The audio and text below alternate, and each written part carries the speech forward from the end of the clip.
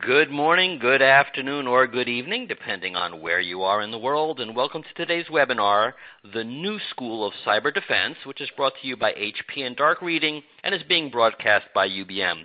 I'm Lenny Liebman. I'll be your moderator today, and I'm going to just make a few announcements before we begin.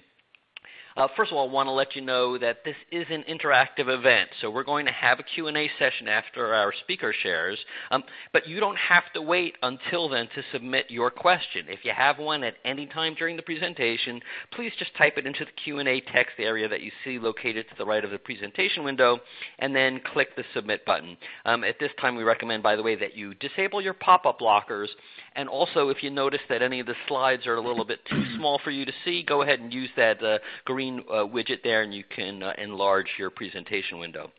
The slides will automatically advance for you throughout the event, so you don't have to do anything there. You can also download a copy of the slides at any time by clicking on the Additional Resources button that you also see located below the presentation window. And finally, if you're experiencing any technical problems at all, please just visit the webinar help guide by clicking on that help link, again, below the presentation window. In addition, you can contact our technical support helpline also through that webinar help guide. So without further ado, on to the presentation. The New School of Cyber Defense.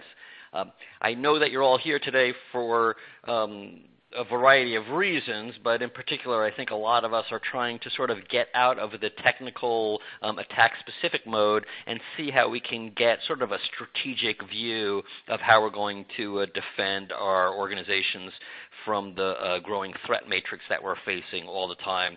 Obviously, a lot of stuff in the news lately especially. So we're glad you're here, and I'm really glad that we're going to hear from Frank Mong from HP.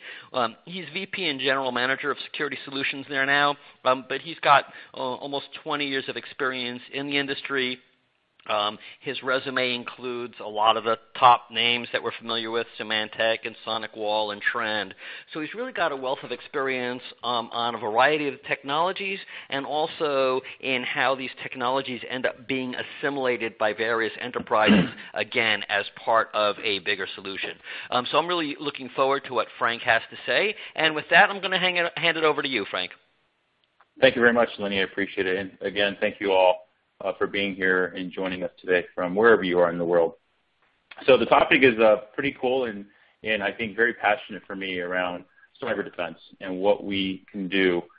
Because over the last 20 years in this business, one of the biggest, I think, hardest problems that I've had to answer is, Frank, while we've been investing heavily in technology and heavily in trying to get our people up to speed, we seem to continue to have problems in cybersecurity or continue to have problems related to attacks, whether it's internal threats or external threats.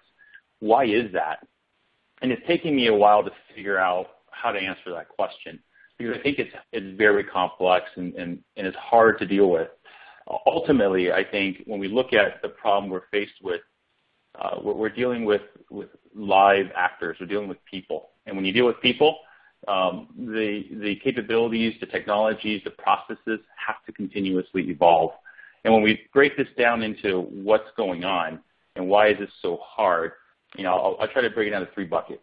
First, I mentioned the actors and the threat actors that are involved, whether it's nation states or cyber criminal gangs or hacktivists.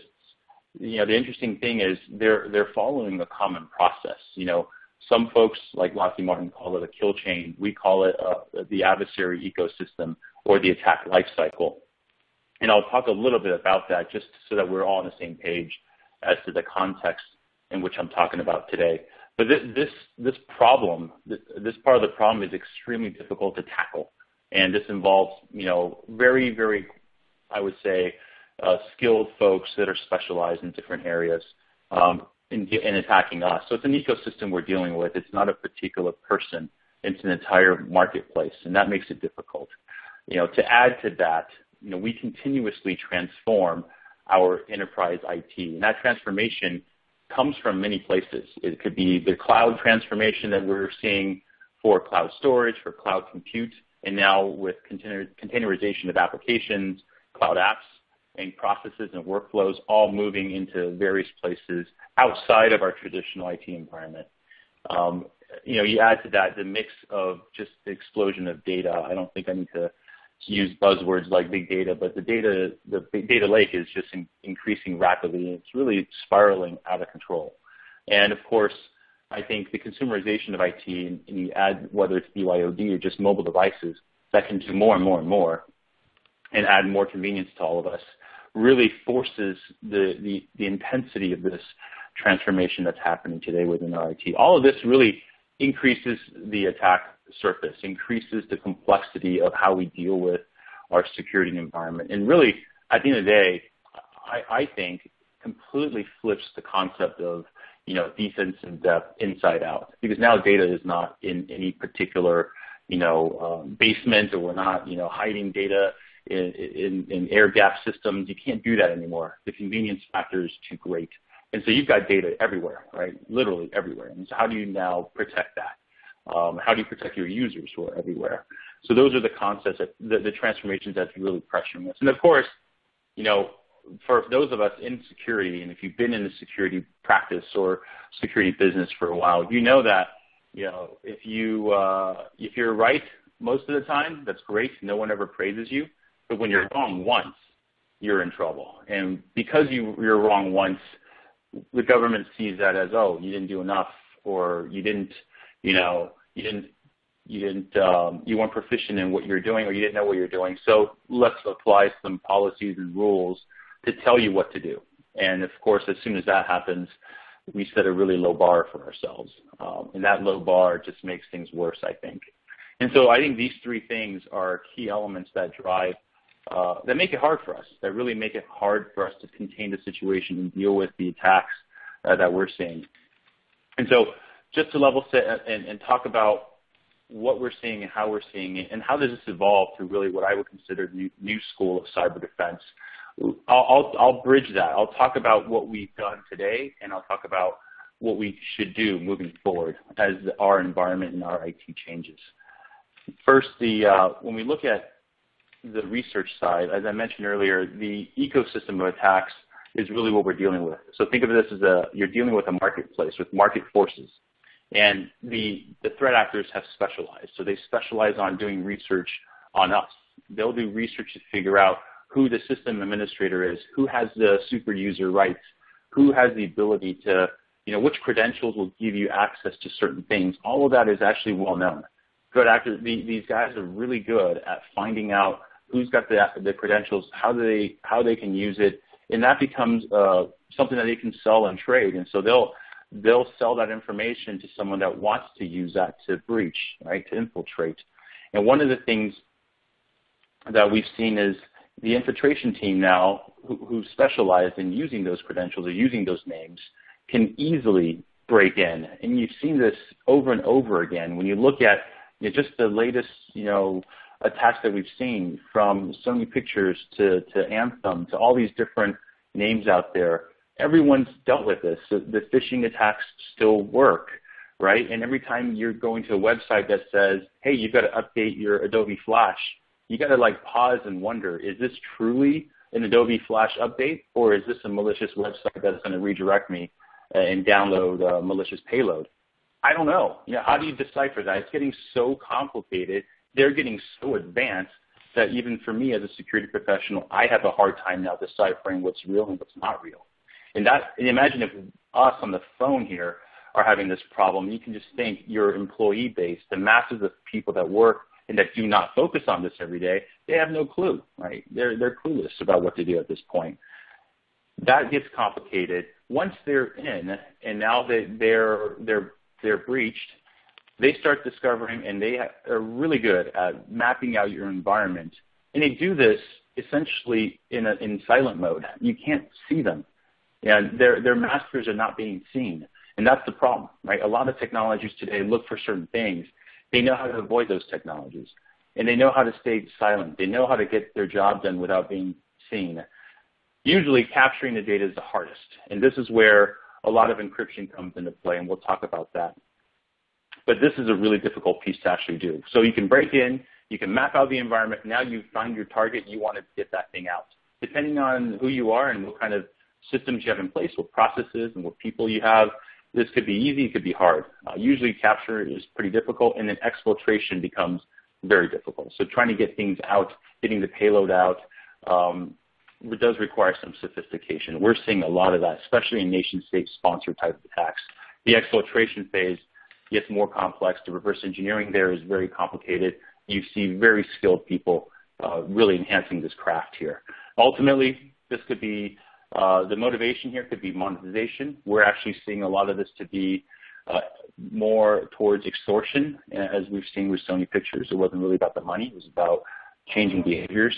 And so we call this the attack life cycle, and we think this problem is dynamic and it's very difficult to deal with. So how does HP and how do we approach this problem, right? So as we look at this attack life cycle, from sort of the old school of cyber defense to the new school of cyber defense, we think there's a bridge that we have to build, because we're all going to operate in a corporate environment.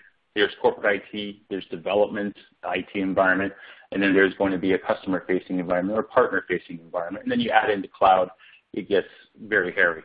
So what do we do, right?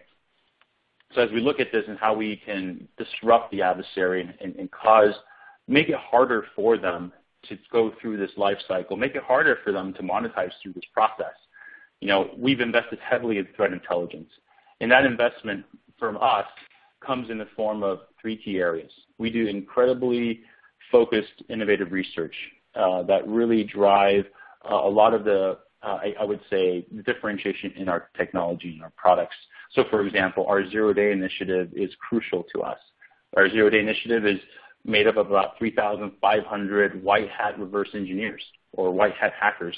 And what they do is they go in and look at all the different technologies out there, different products that are widely used, from iPhones to Android to Windows, and they go in and they try to find the vulnerabilities. They'll find the 0 days.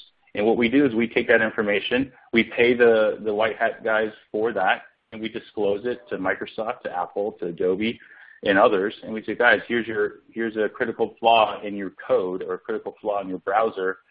Please fix it. We give them 4 months to fix it, and if they do, great. They include in their patch or their patch Tuesday, and if they don't fix it, within 4 months, we announce it to the world for the betterment of the community. Of course, we do this to ourselves as well. So if HP has products that have vulnerabilities and we don't fix it within that time, we disclose to the public. And along with that, we invest a lot in security intelligence around, the content itself that drives, a lot of the things around different types of problems we see, from apps built in iTunes to Internet of Things. So we have an extensive software research group that was born out of the Fortify team that we acquired a few years ago. And the software research team really focused on better coding and better research. And of course, lastly, we have a team that really focuses on really essentially living in the underground. So we've got a team of folks that we've hired that are ex-government guys that understand what's happening on the underground, what's going on, and they do a lot of intelligence gathering about the latest trends of what's interesting for the adversary ecosystem. And so we've got a lot of folks out there where we've really netted out some positive and good intel around the Syrian Electronic Army, around Deep Panda, et cetera, et cetera. So this is a heavy investment on our part at HP, on the security research team. They've been around, in the case of the Zero Day Initiative, it's their 10th year anniversary. So they've been around for 10 years, and the community is extremely strong and vibrant. So this certainly isn't just HP, it's HP plus our community of awesome white hat hackers. We use that and we leverage that across multiple phases, right? We take that intelligence that we have, and now we are able to keep our technology up to date and fresh with the zero-day capability. So we use that effectively in our network security solutions around HP Tipping Point, and in our software layer 7 solutions around HP Fortify. And what I want to highlight today is really what Fortify advancements we've made. So in the area of software security, we think that beyond static testing, dynamic testing of code itself, there's a transformation happening in how code is built, right? So I think most of you know, most software products and software packages are not really code that's been written that's fresh. They're just reusing code that's either open source or code that's been pre-built for something else.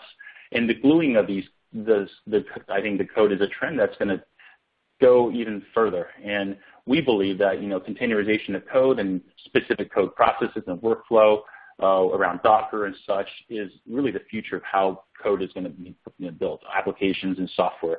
And so the ability to protect that software itself and get the software to defend itself is crucial. So HP Application Defender is all about that.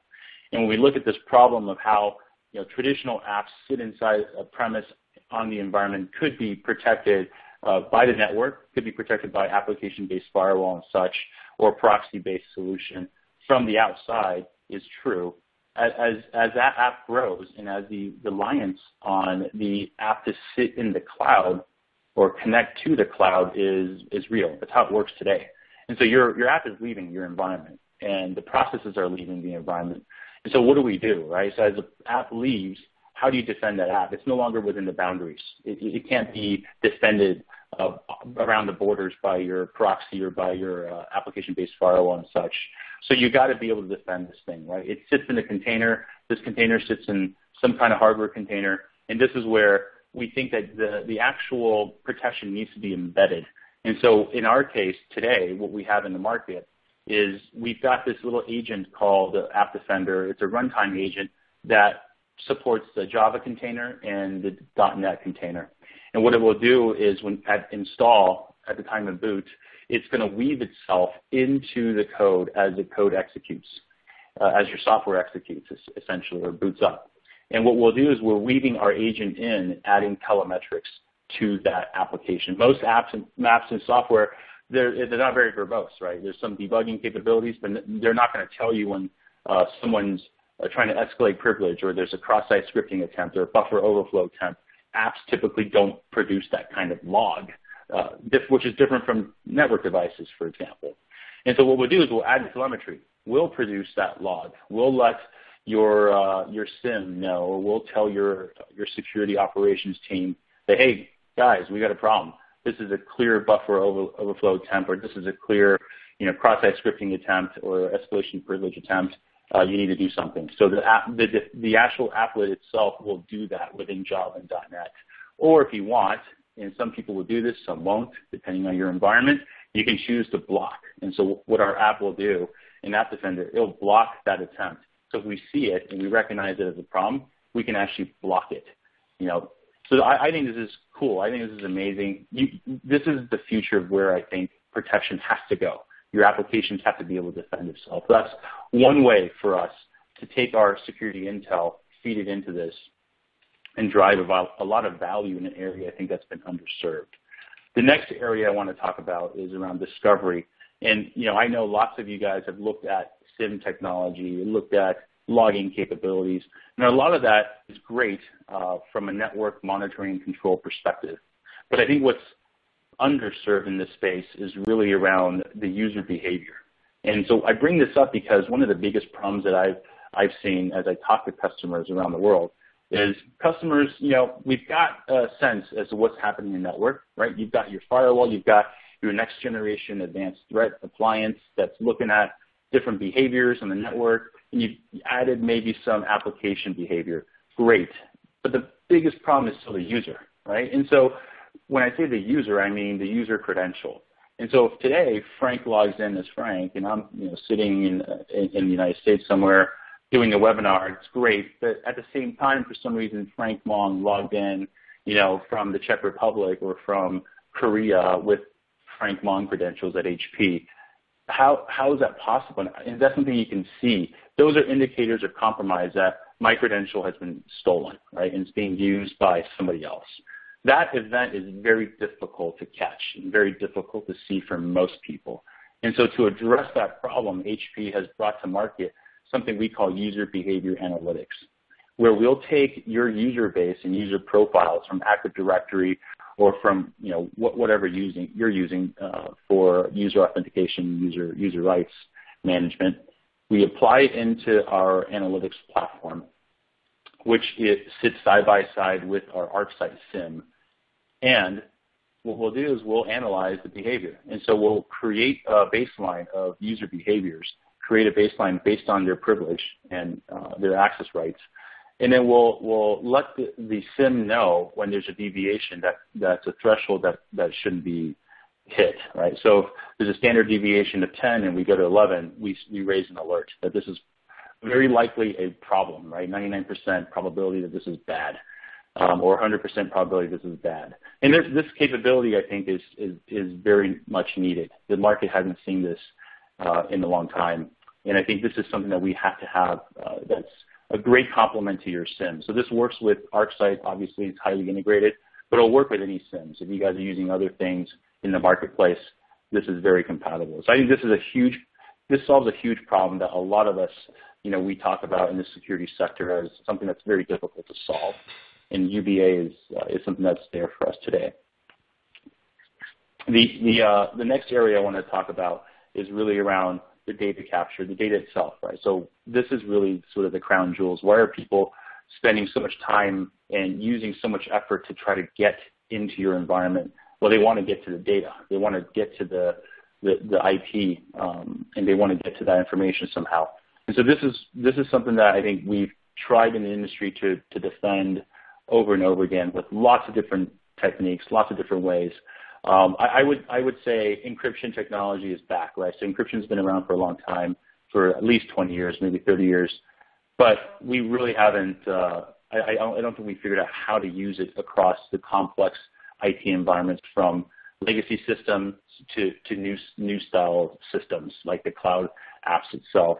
So what we did at HP is we acquired a company called Voltage Security, and what Voltage Security has that we were particularly interested in is their format preserving encryption capability.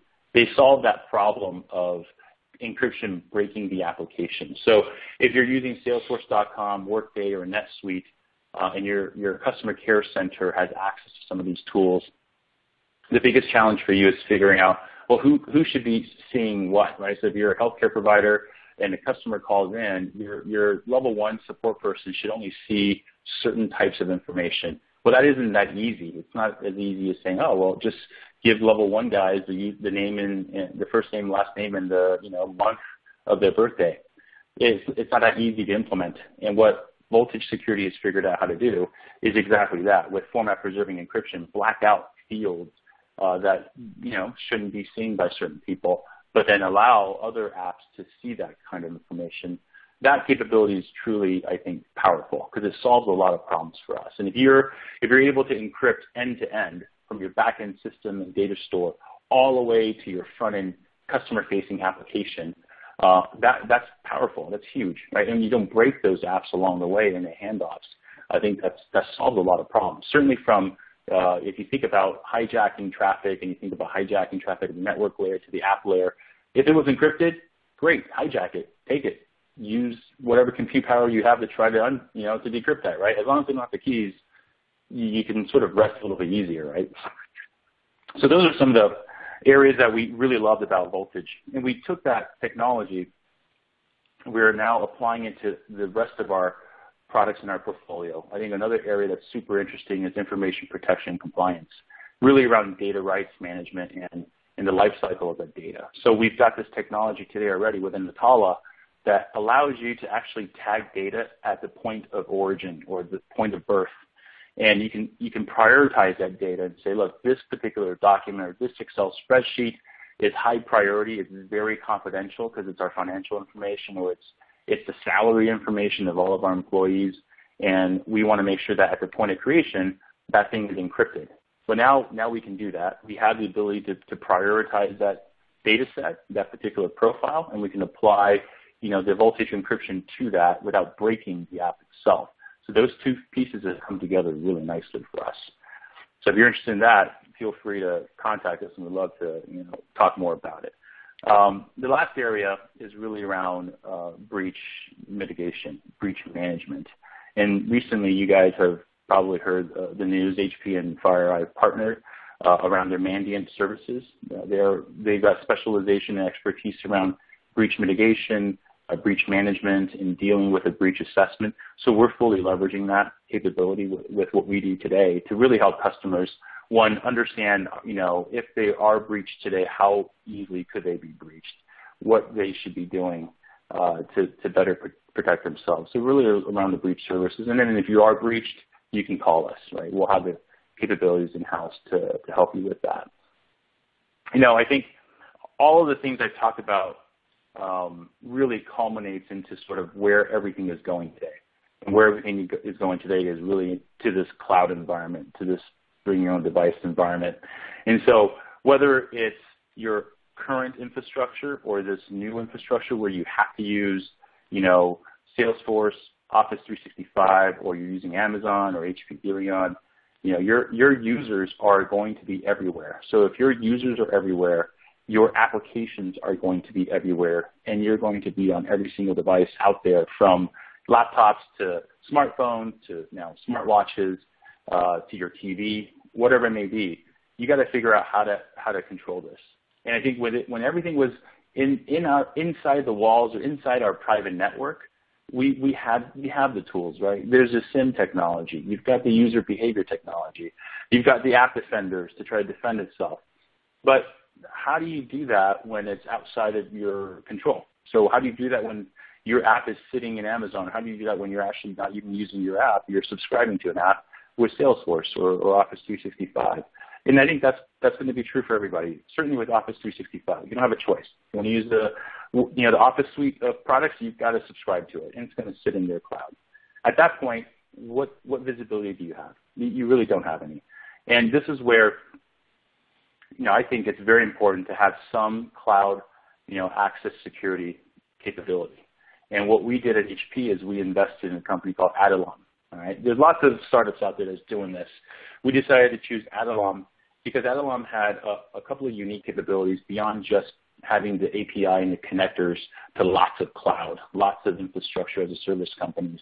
They actually gave us options to provide protection either in line, directly in line with the traffic, or on the side where we do a tap and we can watch and monitor instead of intervene. Right? So there's a couple of different ways of approaching this problem. And so what we decided to do is, we partnered with Adalom. We've acquired Voltage. We've got the, sort of the DLP type technology around, tagging the data properly. We've got ArcSight. We've got user behavior analytics. When we tie all that together, we have now the ability to provide customers visibility into what's happening in their Salesforce instance, what's going on in their Office 365 instance, what's happening within their infrastructure that's a hybrid cloud, right? Partly private, partly public. And, when you want to burst, you can burst and still have visibility. So providing visibility is number one. And moving forward, once we give you visibility, it's easier for us now to give you controls. If you want to control the data, control how it's encrypted, control how data is, what data gets transferred when, all those pieces really start to come together. And that's really where the future architecture has to be. So if you guys today are just focused on your internal IT, your internal lines of business, you're going to find that most of your users are going into the cloud already, whether you like it or not. They're using Box, they're using Google, they're using all these different cloud services with or without you. And so I would say we got to enable them to do it. And so you've got to have the plan. You've got to have the ability to at least have visibility and some controls as they're going to continue to push that boundary on us. And so, I talked a lot about different topics, different things today. What I wanted to actually help guide is how we can start this journey together, right? If you want to have a conversation with your team, or if you're not in security and you're interested in the topic and you're at this event today, you should go to your security organization and ask them a few questions. You want to know what's coming. You should ask them, hey, how do you identify that you're under attack? How does that work today? And that attack surface is very broad, right? It's everything. It's not just your network. It's not just your apps. It's your users under attack. It's your email. It's your cloud providers. It's your partners. How do you identify that, right? And when you think about what's most important, it's really that digital interaction between your users, your apps, and the data that they want. And so how are you building that? How are you building the security for the cloud, security for mobile? What does that architecture look like? Today, you may not be worried about it because you're saying, look, I'm going to block everything. Like a lot of financial services do that.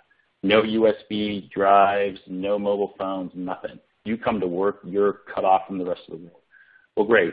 That may work today, but it may not work for the next generation of workforce. So how are you thinking about that moving forward?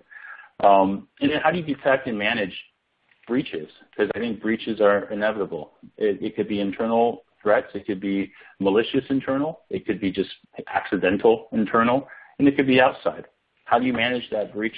What is that breach response process when your data is lost?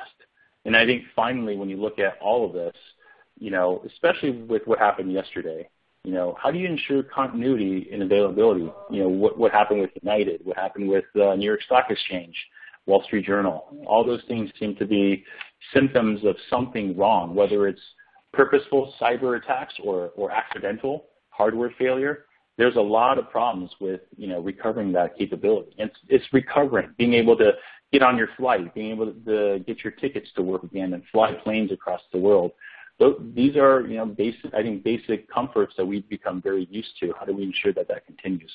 These are all the things that we at HP are thinking about. We're building technology, we're building capabilities, and we'd love to partner with you to address some of these issues. And this is just sort of a last slide that talks about all the security capability we have in-house. The brain trust for security at HP is actually very big. We're probably, I would say, the third or fourth largest security company in the world. Shockingly, most of you probably didn't know that. But HP is committed to this. And this is just a quick slide to show you how much we've invested in what we will continue to do moving forward. And we're pretty proud of this. So, I'm certainly proud of what we've been able to do so far. And that brings me to the end of my side of this. I think we have some Q&A and some surveys. Lenny? Yeah. Frank, thank you so much. That was a very concise and pretty sweeping overview of, I think, a combination of the threats we face, kind of conceptually what we need to do to deal with them, and we appreciate you letting us know specifically what HP is doing. Yes, we are going to have Q&A now, so I want to encourage anybody who has not yet submitted a question to do so, because we have plenty of time. We have some questions in the queue already. I also want to point out to our attendees that before we do the Q&A, you should have seen a feedback form open on your computer. So please fill out that form and make sure you press the Submit Answer button that's at the bottom of the page, because we do take your feedback seriously in terms of content and structure of these webinars, so that we can continuously improve what it is that we're delivering to you. So thanks for that. And Frank, are you ready to answer some questions? Absolutely. Great.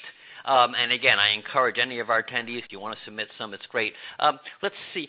One of them is you mentioned this idea of instrumenting software so that it provides some telemetry, something akin to what, for example, we're certainly very used to our networks providing us with information that might be useful for detecting anomalous behavior that could correlate with a threat.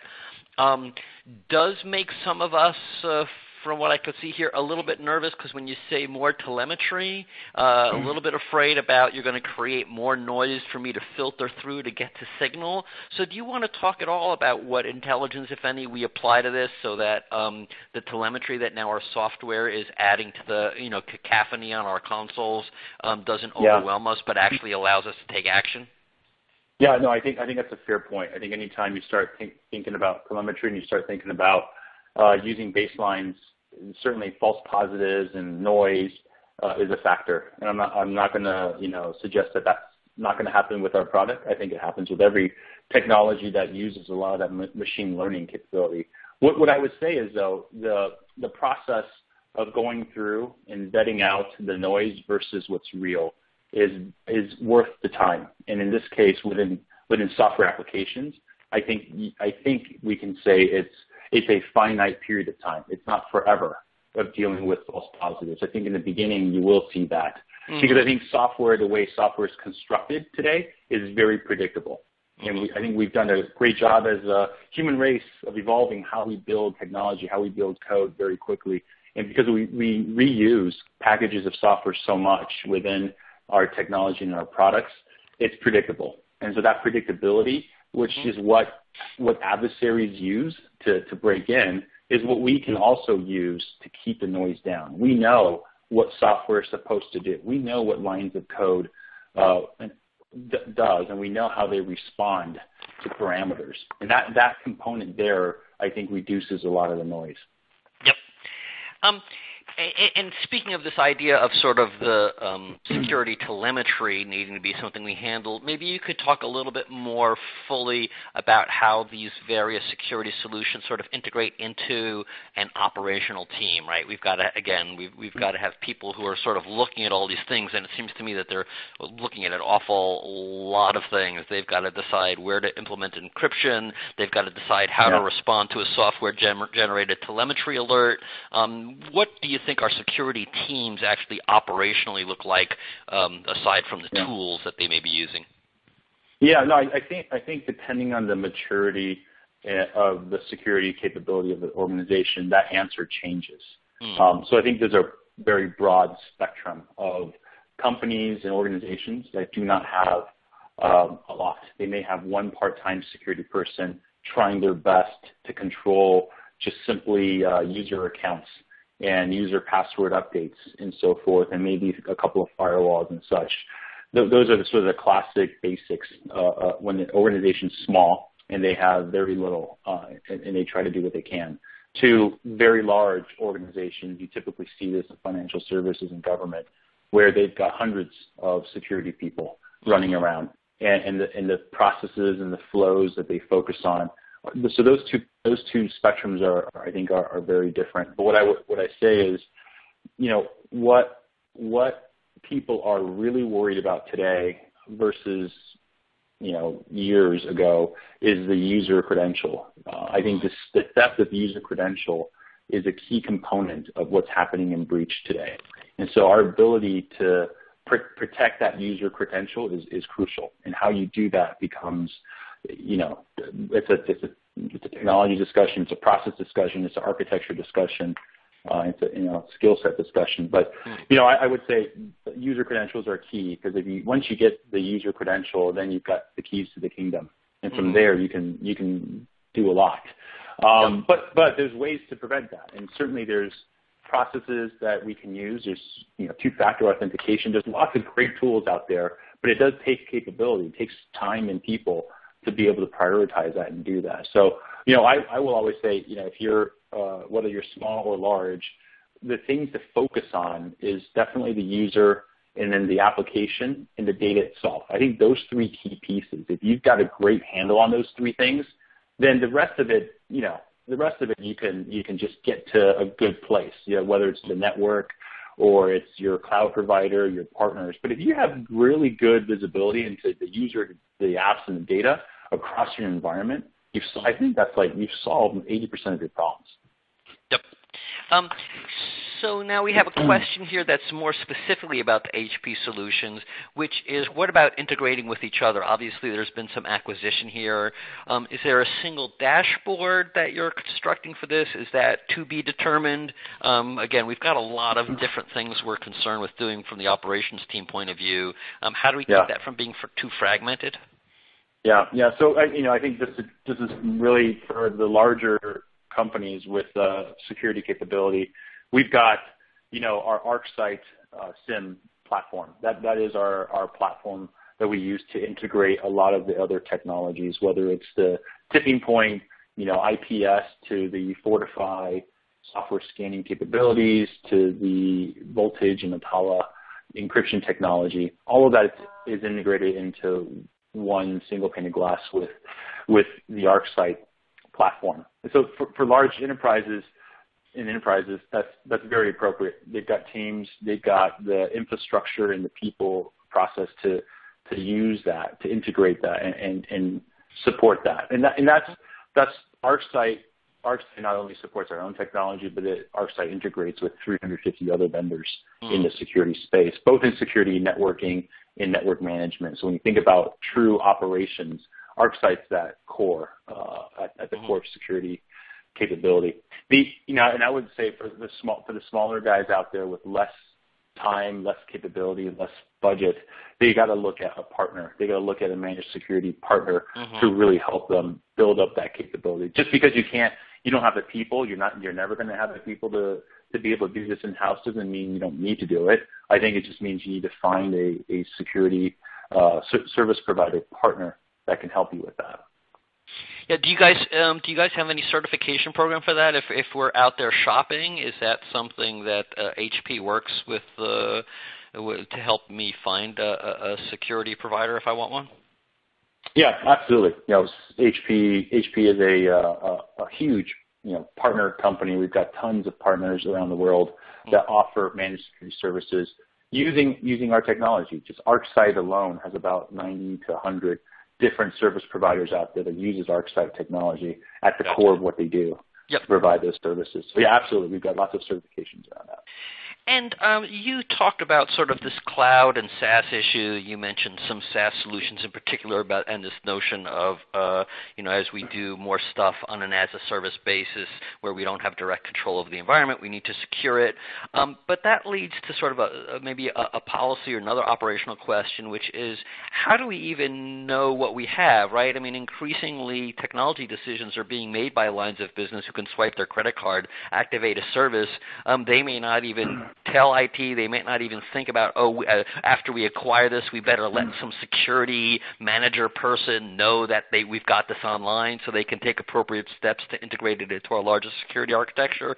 Do you have any suggested best practices? Are you seeing any problems here in particular? Again, not with just the technical ability to do it, but with a process by which it gets incorporated, those decisions get incorporated into an enterprise security mechanism. Yeah, no, that's a great point. Lines of business and whether it's developers or business analysts, they're going to go use whatever application and tool they feel can help them solve their problem or can help them advance their business strategy. And they're going to do it with or without IT. And so what I would suggest is, having open dialogue with the lines of business about what you can and can't do is very important. And learning about what they are doing, I think, is crucial. You want that transparency because you want them to tell you, oh, by the way, I'm using this business app or I'm using that service because you guys don't offer it to me, right? I'm storing, a classic one is I'm storing all my large media format files on Box and I'm sharing it off of Box.net because you didn't give me a way to do that. I can't email it. So how do I do that, right? And this is where I think IT groups have to go in and say, you know what, great. If Box is the right one, let us go out and let's figure out which is the best solution for our business. Maybe it is Box, and we'll go negotiate a contract with the right type of SLAs that protect, our interest as a company in case something should happen. At least we've got a means to remediate that. I think the sort of thoughtfulness that what IT can bring to the table is what we want, right? We want the security and the IT operations teams to be able to say, guys, for us to scale this across the enterprise, these are the following metrics and parameters we have to have. So let's go work out those details with the potential partner like a Box or whoever, and let's get them to agree to that. And then go back to lines of business, say, guys, I'm glad you subscribed, but now we're going to offer the Box service to you because we're going to do it in a way that is acceptable to our corporate governance because it provides a lot more protections for us. I think if you can bring value in that way to lines of business, they're perfectly willing to listen, right? Yeah. And it's a matter of speed and time and focus. I think there's a meeting of the minds there. If you can provide that service, provide the value on top of it, I don't see why people aren't reasonable and work with you on that. Right. Well, we definitely have one of our attendees who's sort of asking the question in this form, which is seems to imply that security is as much or even more about these kinds of operational processes and policies than it is sort of any particular technology, right? So those technologies give us the ability to do it, but unless we put those together into a process that applies policies that we're actually make sense, we're still going to be pretty vulnerable. Yeah, I don't think the technology is not going to solve the problem, right? The tech isn't the solution. I think the tech is going to complement the security capability. And I think that's a key element there. You got to look at your own security capability. You got to look at your own processes, and you have to complement that with the technology. So, for example, if you're a smaller organization and you're building lots and lots of applications, and you're a cloud service provider of sorts, or you're a partner that relies heavily on cloud-based apps, you're going to want to have your applications defend itself. Whether you think telemetry is the right thing to do or not, you're going to want that because that's going to help you solve a lot of operational problems. In this case, the HP App Defender is a means to complement the lack of skill sets and the lack of operational capability.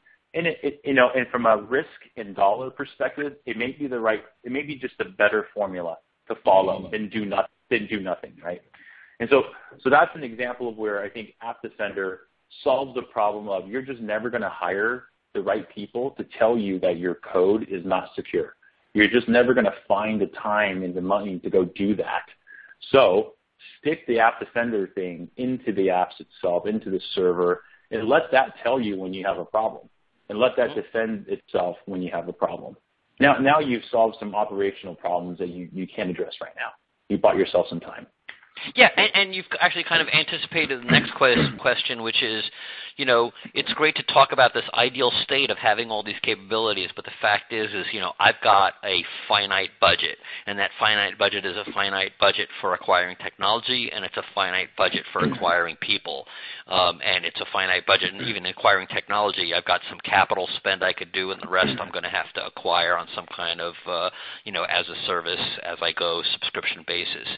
So how the heck do I right-size my spend, especially given, as you said, that if I make one mistake, I'm the evil failure, right? So on one side, I have this pressure to just throw everything I can at every possible threat, and the other side, I have this thing that says I better be really smart about where I allocate resources and prioritize them.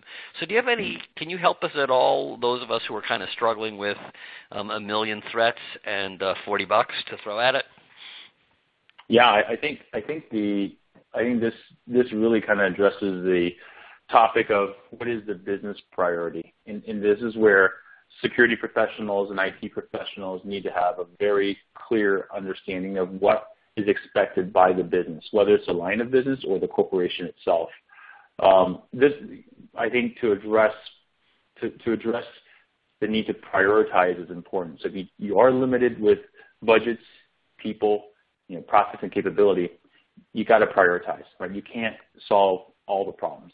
And so this is where understanding what truly matters to the business will help quite a bit because it's going to help you prioritize. If you're in a particular business where people and people's credentials are crucial, their private information is the way you monetize, is the way you make money, then that could be an area you want to focus on from a risk perspective, from a spend perspective, because that's the sort of the bread and butter for the business. That's what the business lives on.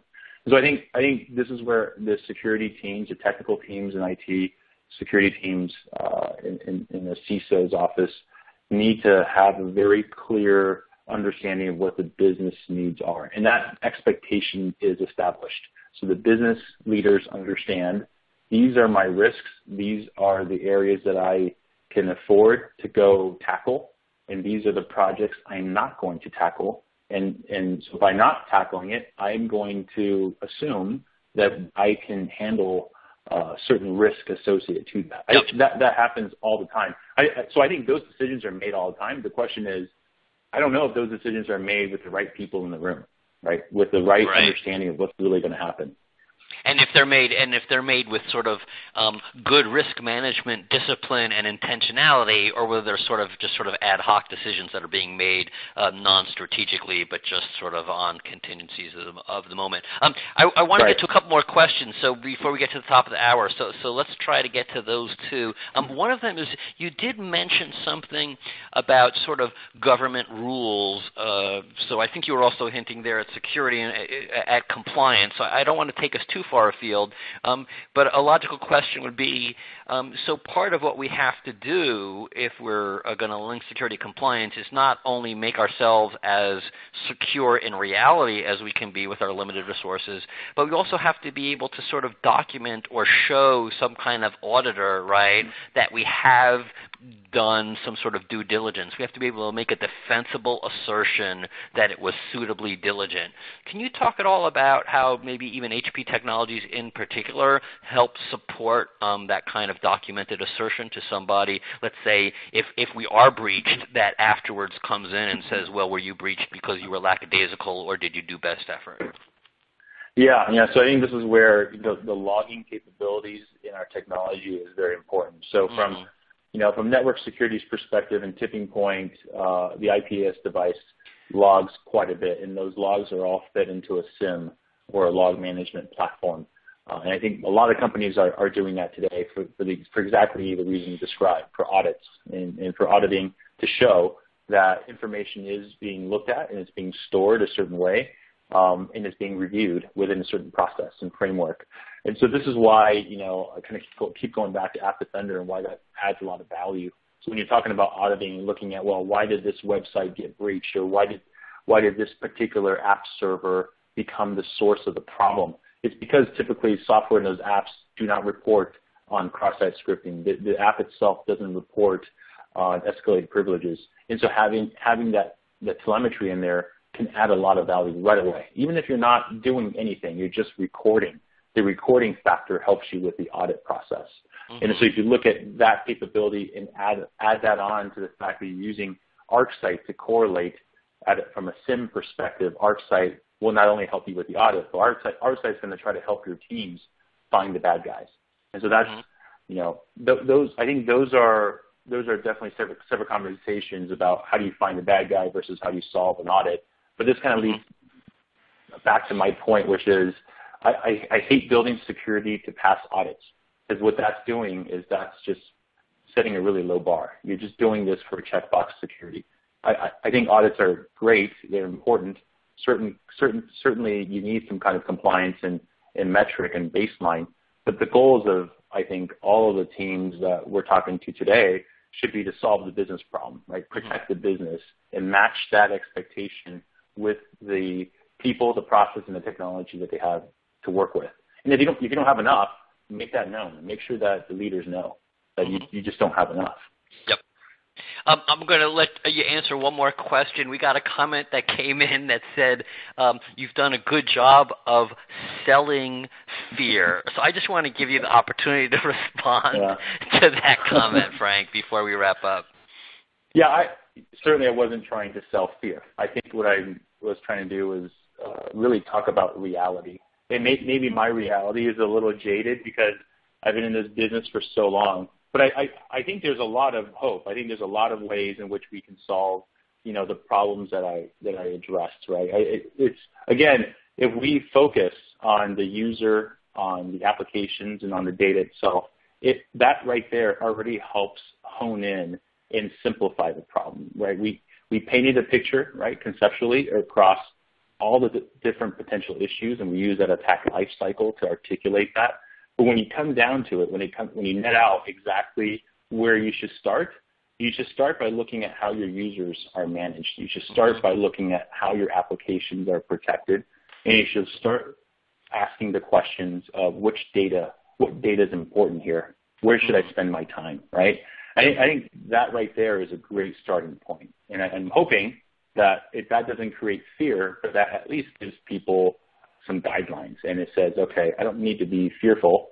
I can follow some of these guidelines and go get help. Go ask a partner. Hopefully it's HP, but it could be anybody, right? Go ask somebody to help you.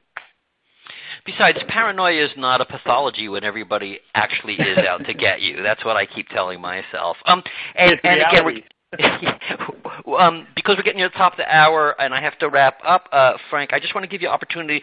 Do you want to share any final word with the group? Any last thoughts you want to share or suggestions for a next step? I'll give you a minute to do that.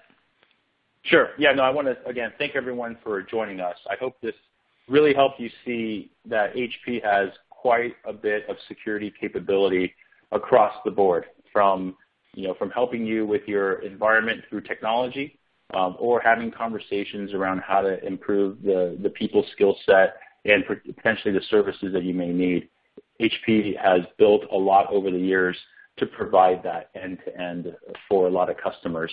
And so what I really was hoping to do today was just paint a good picture of what's going on out there, not to scare you, but to really give you the reality of what's happening in the world and the pace in which the change is happening. And I think the real place to start, and this isn't the silver bullet answer, is really evaluating, your users, your application, and your data, how you handle that, how you manage it, where the visibility is for those things, because that's going to allow you to think through your current infrastructure as it is today to the future architecture of where you have to go to support the users, the productivity, and the business needs. And that bridge hopefully helps you craft a new school of cyber defense architecture or thinking. And that's really the objective for today. Hopefully we achieve that. Thank you.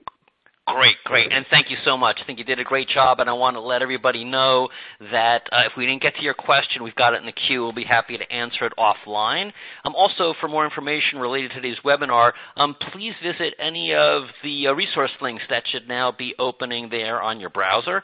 And within the next 24 to 48 hours, you're going to receive a personalized follow-up email with details and a link to today's presentation on demand. So that's great if you want to share this information with a peer, somebody you report to, somebody who reports to you, and you can also view this event on demand. Just visit www.informationweek.com events. And with that, I will thank you for attending today's webinar, The New School of Cyber Defense, which again was brought to you by HP and Dark Reading. I do have to tell you that the webinar is copyright 2015 by UBM. The presentation materials are owned by or copyrighted, if that is the case, by HP and Dark Reading, who are solely responsible for their content, and that our speaker today is solely responsible for his content and his opinions. So on behalf of Frank, again, I'm Lenny Liebman. Thank you so much for your time, and have a great day.